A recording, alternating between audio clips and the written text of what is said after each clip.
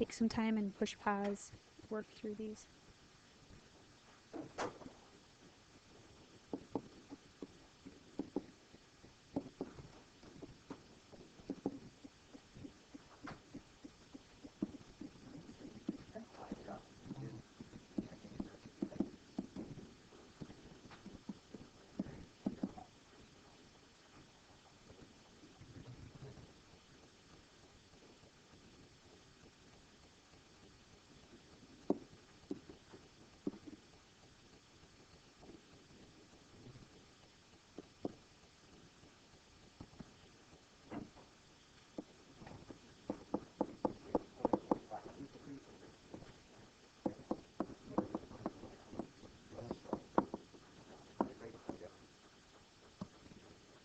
All right, let's talk through. So number one, good idea to draw a triangle. Doesn't need to be exact by any means.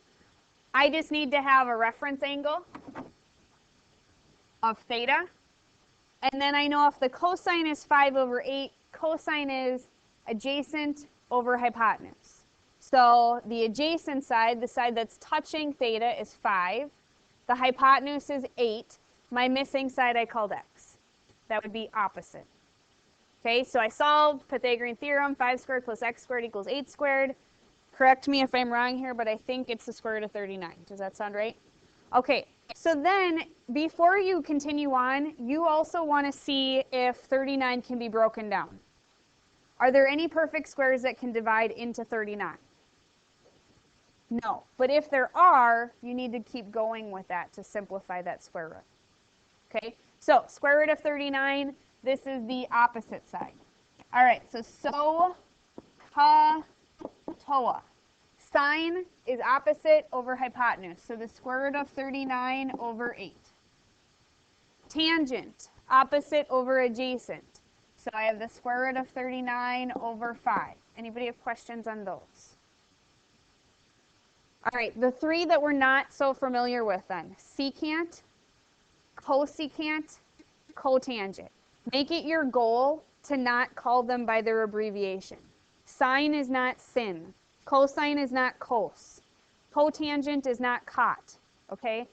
Make it your goal to talk mathematically. You guys are at a level now that you can do that. So SEC stands for secant. Secant is the reciprocal of cosine. So 8 over 5. CSC is cosecant. Cosecant is the reciprocal of sine. So when I flip this one over, I get 8 over the square root of 39, but I can't leave my answer like that, because you can't have a square root in the denominator. So I need to rationalize. That means I'm going to get rid of the square root. 8 square roots of 39 over 39. Questions on that one? Tangent is a reciprocal of cotangent. So I'm going to flip over tangent. I have 5 over the square root of 39. Same deal.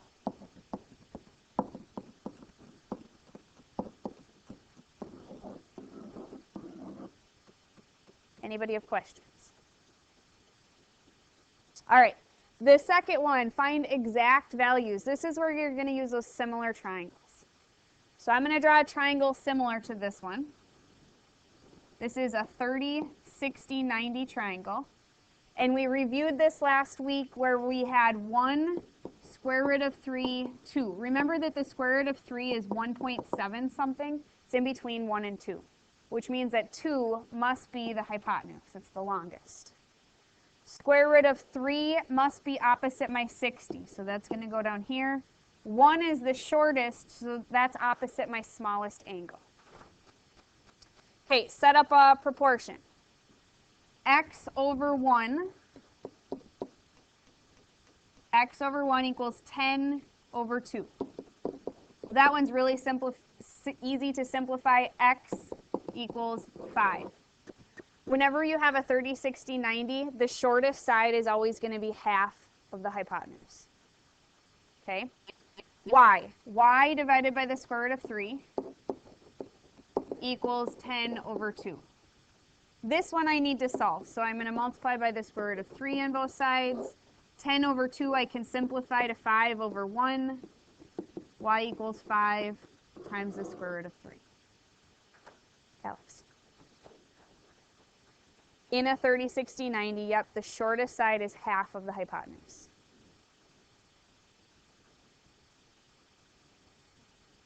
You could use the Pythagorean theorem there. Yep, good question. So we figured out that this one is 5. You could definitely do 5 squared plus y squared equals 10 squared. Yep.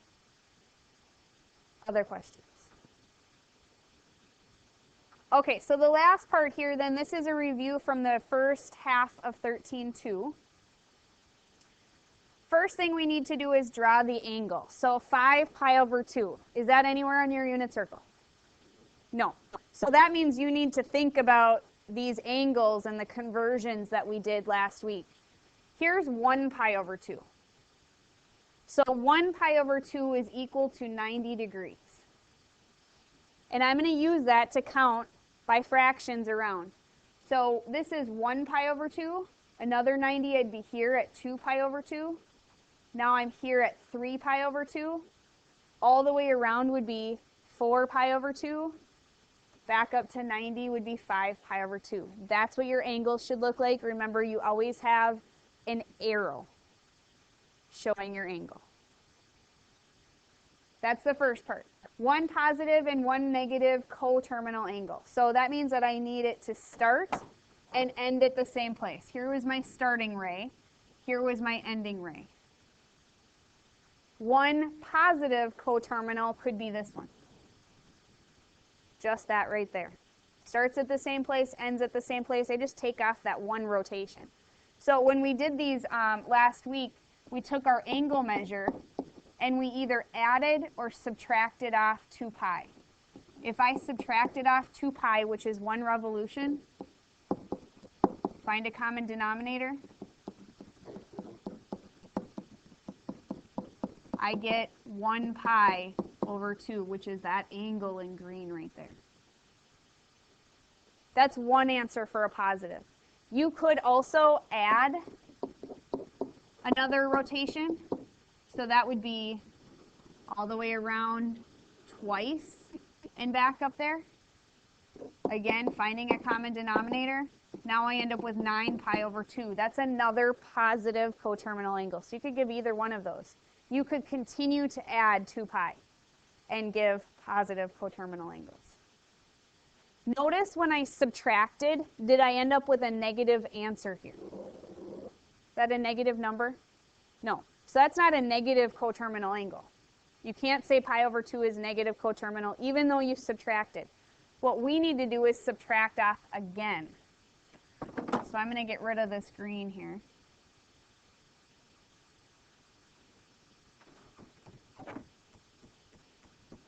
If I take that pi over 2 and I subtract off another rotation, find a common denominator,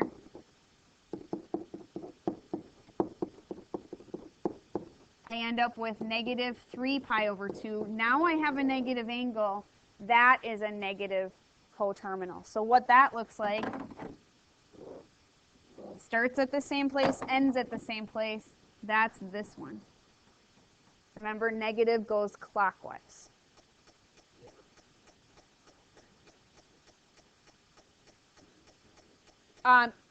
You cannot write the degree measure of it. You'd have to write it in radians. That was one thing that I told you when we went through this, was that when you're finding coterminal angles, it needs to be given in the unit that the original angle was given in. Okay, so remember that for your quiz. You guys are going to have a partner quiz on Tuesday. Okay, don't pick partners right now. Okay, we're way too far away for that. Coterminal angles, if it's in radians, needs to be given in radians for your answer. If it's in degrees, needs to be given in degrees. Okay, but then that is a part of this problem, was to convert to degrees. So we started with 5 pi over 2. And some of you are going to be able to figure out how many degrees that is. We went around once, right, plus another 90. That would be what, 450? Okay, but let's use the equation as well. So we have something in radians. Remember, we did unit conversion, so we need to divide by something in radians. Well, I know that 2 pi is once around the circle. And how many degrees is that? 360. So I could multiply by 360 over 2 pi, or I could multiply by 180 over pi. My pi's are going to cancel. What is that? 900 divided by 2. There's where the 450 comes from in that formula. Do you need to know that formula? Yes, you absolutely need to, because not every angle that we're going to convert is going to be an angle on your unit circle. Questions?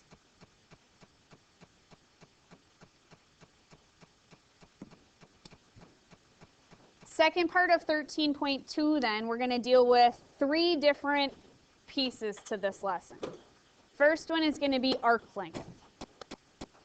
Arc length is going around a portion of the outside of a circle. So, for example,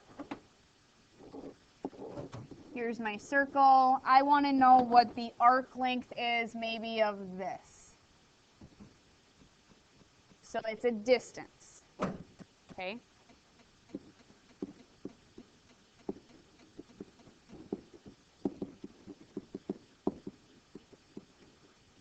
So we're going to do unit conversion just like we did for radians and degree measures.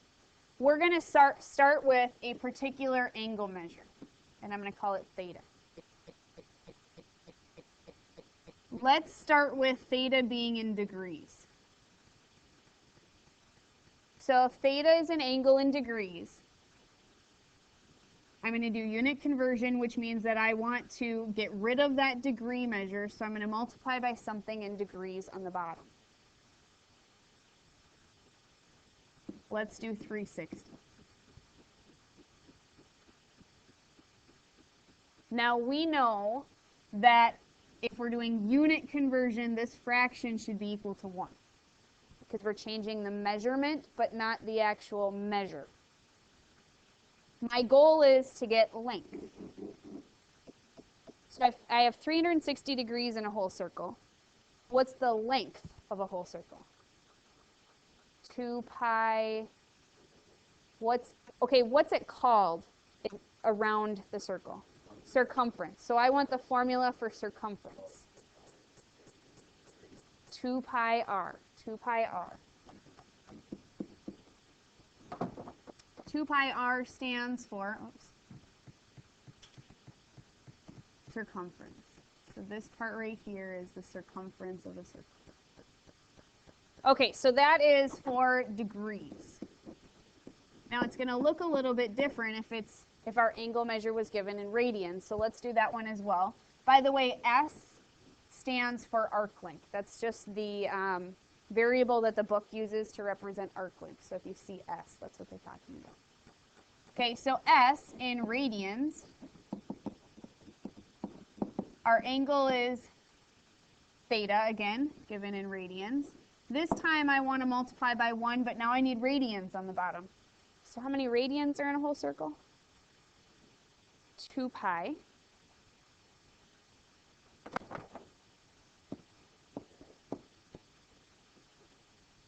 And I still want length, so the length around a whole circle is 2 pi r.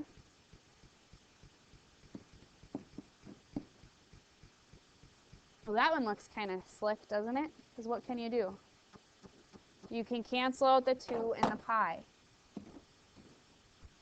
So we end up with theta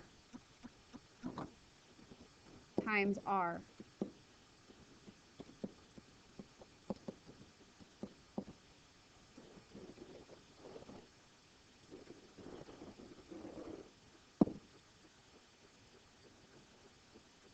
Okay, open up your book to page 860. Nope, 861.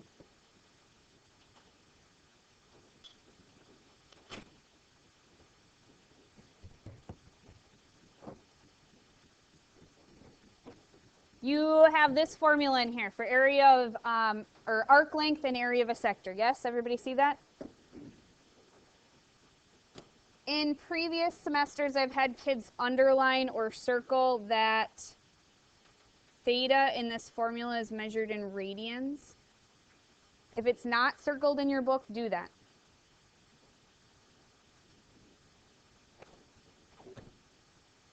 We just wrote down two different formulas in our notes. One for radians, one for degrees.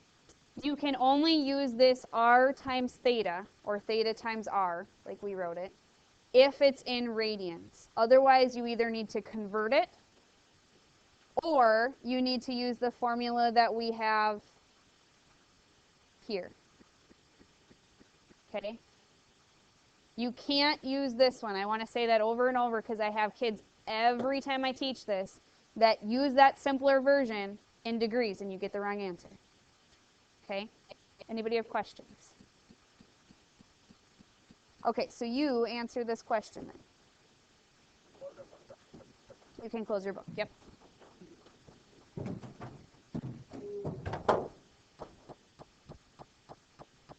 So to answer this question, you need to know what theta is. Is it given in radians or is it given in degrees? Radians. This is theta. So then we're going to use theta times r. That's it. Arc length equal to 2 radians times 3 centimeters. Answer is going to be 6 centimeters. Okay, here's why. Here's your angle here. Theta, 2 radians, which means that we can fit 2 of the radius around the outside of the circle in this angle here. So this is 3, because that's the length of a radius. That's 3. That's the length of a radius. So together we have 6. That's what it looks like in picture form. Okay. Now, these two formulas, simplified, don't look very much the same, do they? I would memorize this and this, because each time you're doing unit conversion, you're taking theta, you're multiplying it by 2 pi r over 360 or 2 pi, and then simplify. Because then the formulas are the same. The only thing you need to remember that's different is the 2 pi on the bottom or the 360 on the bottom. All right, let's do area. So area of a sector is a slice of pie, taking a piece of the circle. And so we have the same thing as last time. We have theta either in degrees or in radians. And we're going to do unit conversion. So if it's in degrees, we're going to multiply by something where we have 360 degrees on the bottom. If it's in radians, we're going to multiply by something where we have 2 pi radians on the bottom. So we can cancel out those radian measures. Now we're talking area. So we want to convert to area. You need to know the formula for area of a circle. Anybody know it? It's not 2 pi r, because that was circumference. Pi r squared. Anytime you're doing area, it's always something squared. So that's what we're going to multiply by in the top. Pi r squared.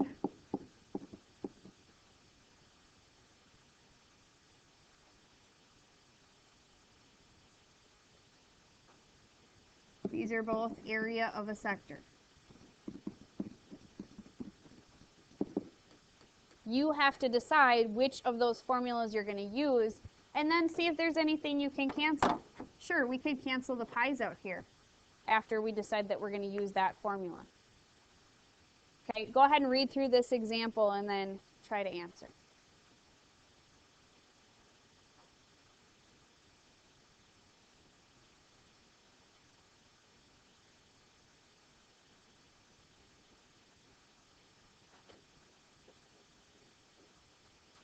Okay, so here's our angle. Central angle is 2 pi over 3. Is that in radians or in degrees?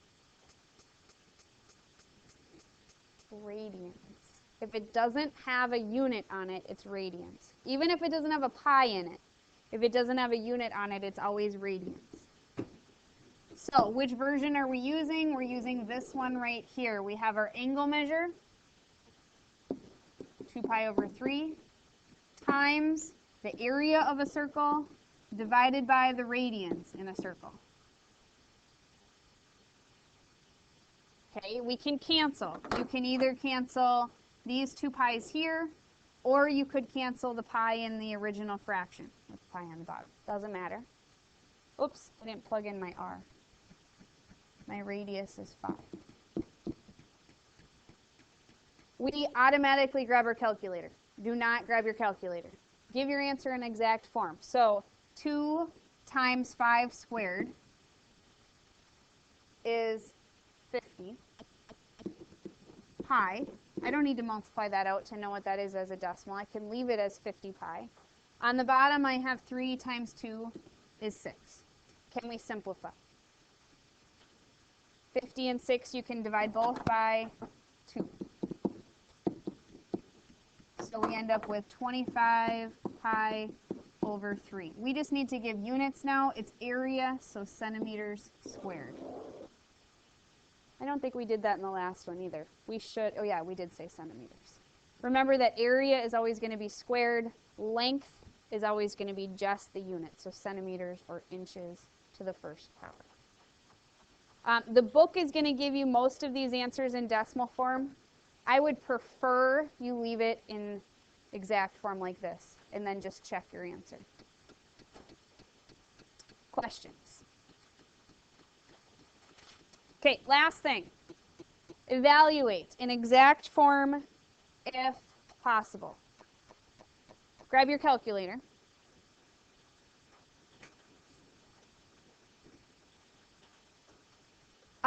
Change your mode to radians. Now, everybody right now should be in degrees, because that's what I told you to be in before. Change your mode to radians. If you don't know how to do that, check with your neighbors. Plug in the cosine of pi over 4.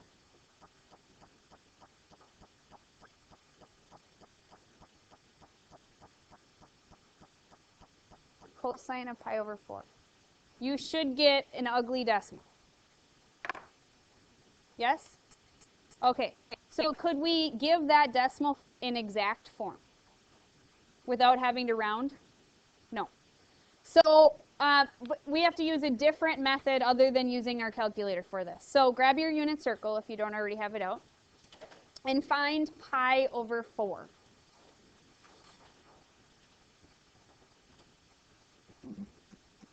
Pi over 4 is the same as what? 45 degrees. Okay, when we made our unit circles, we made reference to the fact that we specifically picked these angles because of special right triangles. 45, 45, 90, 30, 60, 90. Here's where we're going to start to use those triangles. So let's draw a 45, 45, 90 triangle.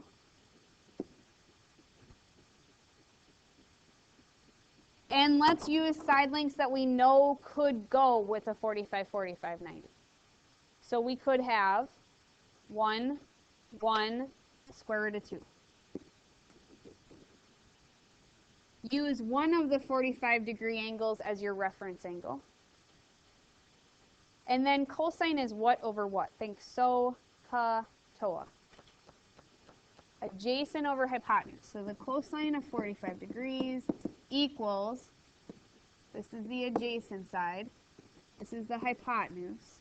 So we have 1 over the square root of 2. That would be your answer if we didn't have a square root on the bottom. Times by the square root of 2.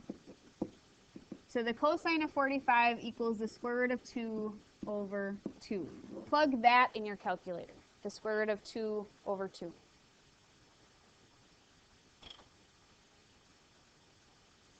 Should be the same answer, right? Nope, no cosine, just square root of 2 over 2. So you just found the exact form of that yucky decimal that your calculator gave. Okay, let's try another one. Find pi over 6 on your unit circle. Square root of 2 over 2. Yep. pi over 6 is equal to 30 degrees. So now you need a triangle that is 30, 60, 90.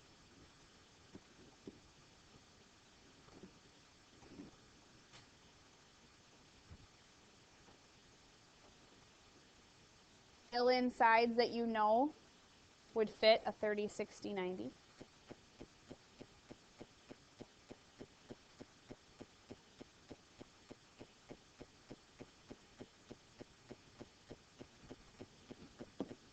Remember that 1 has to be opposite your 30, the square root of 3 has to be opposite your 60, and then 2 has to be the hypotenuse. So sine is what over what? So, ka, toa. Opposite over hypotenuse. Opposite side is 1, the hypotenuse is 2. Plug in the sine of 30 degrees or the sine of pi over 6, depending on what mode you're in right now.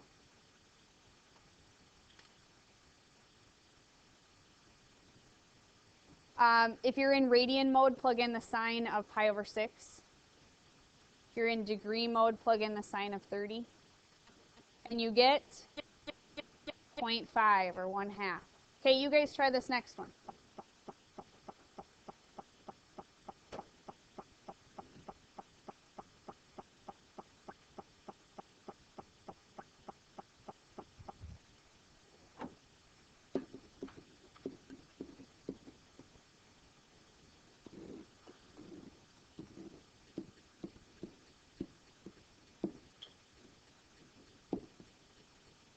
Okay, cotangent is the reciprocal of tangent.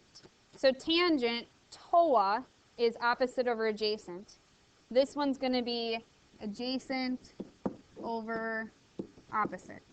So if 60 is my reference angle, adjacent would be 1, opposite would be the square root of 3. Rationalize to get rid of the square root, and we end up with square root of 3 over 3. Do you have cotangent on your calculator? No. You have tangent, though. So what you're going to do in your calculator to check your answer is 1 divided by the tangent. You guys are in degree mode, so you'd put in 60 degrees. My calculator's in radians, so I'm going to put in pi over 3.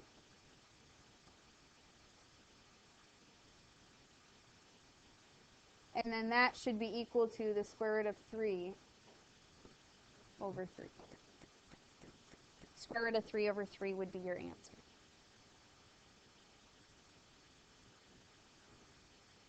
Questions?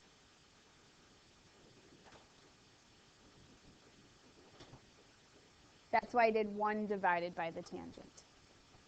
1 divided by tangent gives you cotangent, because they're reciprocals. Okay, last one here. Find pi over 9 on your unit circle.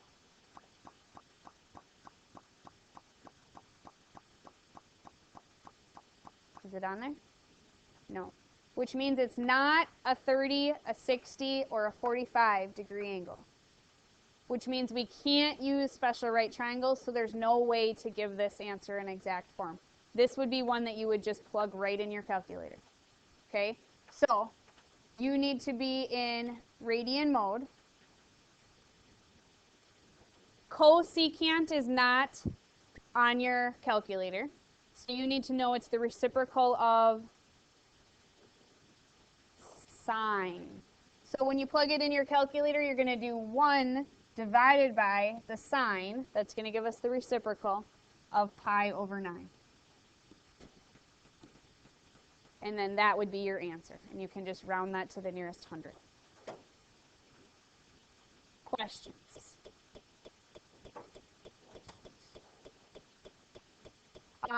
The inverse sine, so if you did second sine, that's not the reciprocal. Everybody pay attention to this, because this is a really common question.